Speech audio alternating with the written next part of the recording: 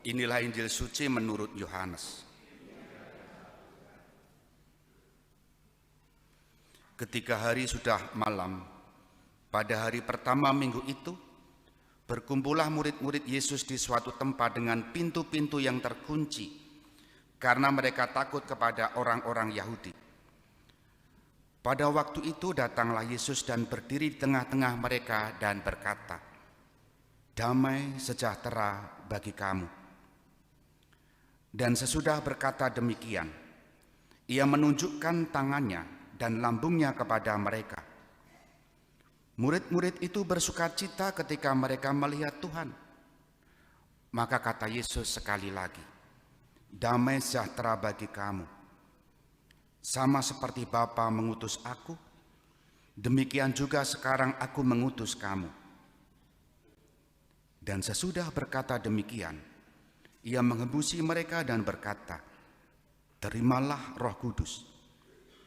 Jikalau kamu mengampuni dosa orang, dosanya diampuni. Dan jikalau kamu menyatakan dosa orang tetap ada, dosanya tetap ada." Tetapi Thomas, seorang dari ke-12 murid itu yang disebut Didimus, tidak ada bersama-sama mereka ketika Yesus datang ke situ. Maka kata murid-murid yang lain itu kepadanya, "Kami telah melihat Tuhan." Tetapi Thomas berkata kepada mereka, "Sebelum aku melihat bekas paku pada tangannya, dan sebelum aku mencucukkan jariku ke dalam bekas paku itu, dan mencucukkan tanganku ke dalam lambungnya, sekali-kali aku tidak akan percaya." 8 hari kemudian, murid-murid Yesus berada kembali dalam rumah itu, dan Thomas bersama-sama dengan mereka. Sementara pintu-pintu terkunci, Yesus datang dan ia berdiri di tengah-tengah mereka dan berkata, "Damai sejahtera bagi kamu."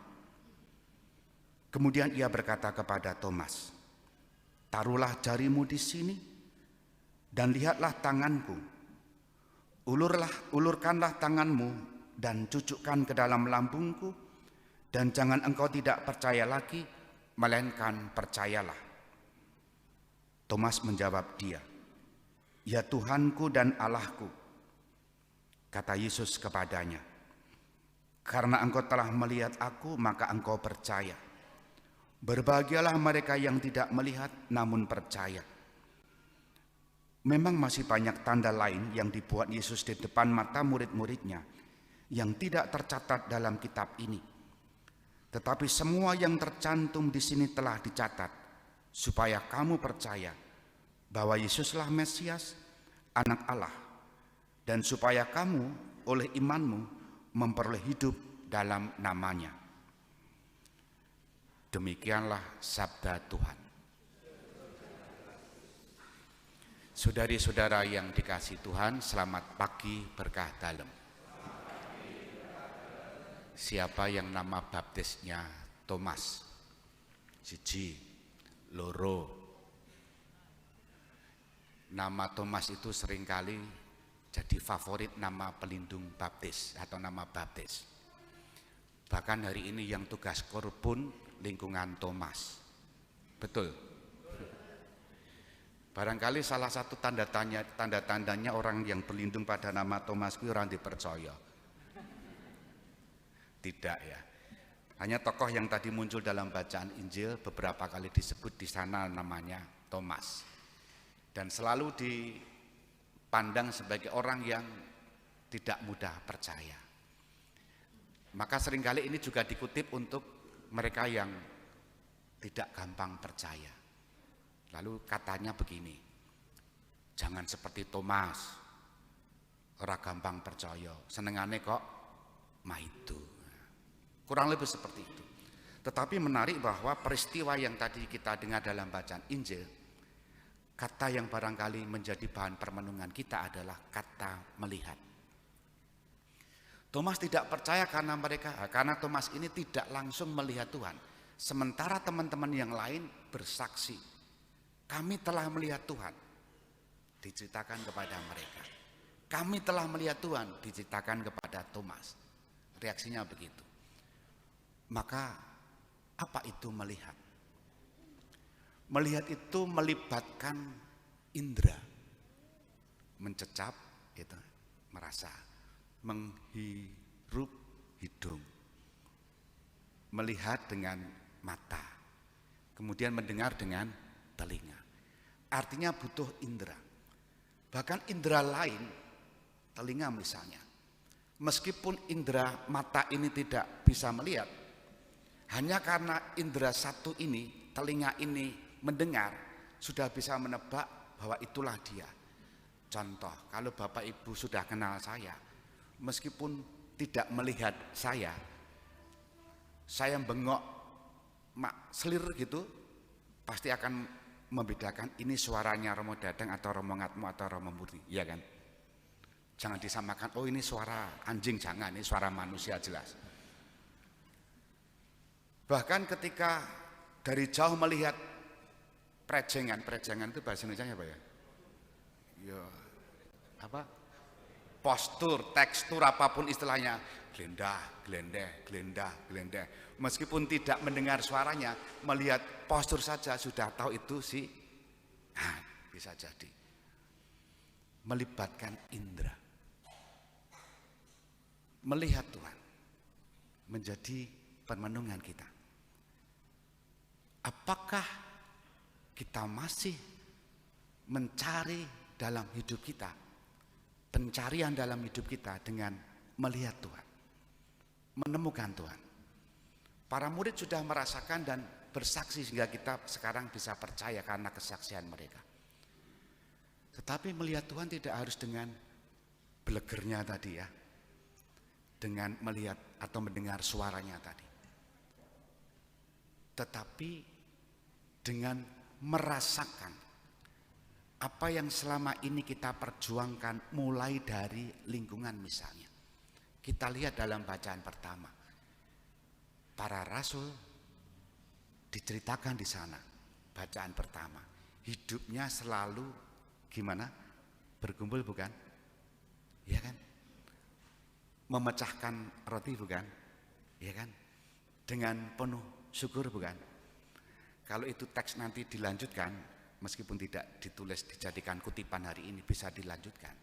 Ternyata hidup yang seperti itu selalu berkumpul, memecahkan roti, makan bersama-sama dengan sukacita dan memuliakan Allah. Cara hidup itu dapat memberikan kesaksian bahwa di situ ada Tuhan. Maka teks selanjutnya diceritakan, sekali lagi tidak menjadi kutipan hari ini, bisa dilanjutkan di rumah masing-masing.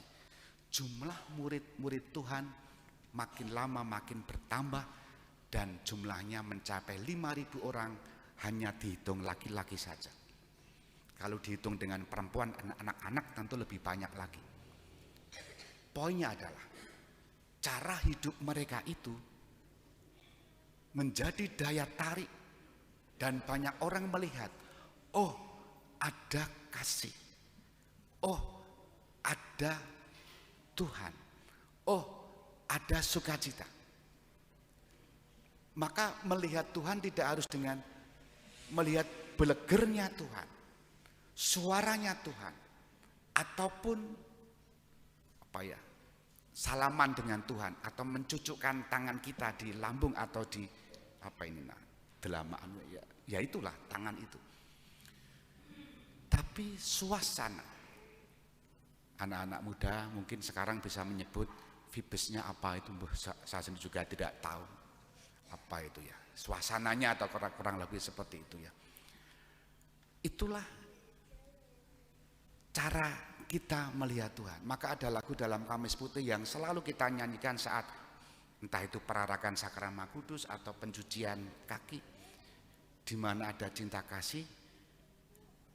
Halo, hadirlah Tuhan, betul enggak? Maka pesan bacaan-bacaan hari ini jelas. Untuk melihat Tuhan, kita menciptakan kasih dalam persaudaraan. Dimulai dari mana? Lingkungan. Atau dimulai dari mana? 2-3 orang berkumpul dalam nama Yesus, disitulah hadir Tuhan. Tapi seringkali di mana ada 2-3 orang berkumpul di situ, hadirlah gosip. Betul kan? Kita diingatkan, minggu kerahiman ilahi. Allah yang maha rahim, yang selalu memberikan pengampunan, memberikan rahmat-Nya. Dan kita sebagai peziarah ini kerap kali menerima pengampunan, rahmat Tuhan, berkat Tuhan. Karena itulah kita diajak berbagi pengampunan, berbagi sukacita pengampunan ini dalam komunitas-komunitas kita, keluarga, lingkungan, dan seterusnya. Jika dalam lingkungan itu, dalam keluarga itu ada persaudaraan, sukacita, pengampunan, disitulah Tuhan hadir. Dan makin banyak orang yang melihat dan merasakan Tuhan hadir di situasi itu. Tidak perlu seperti Thomas kecil zaman sekarang. Kita hening sejenak.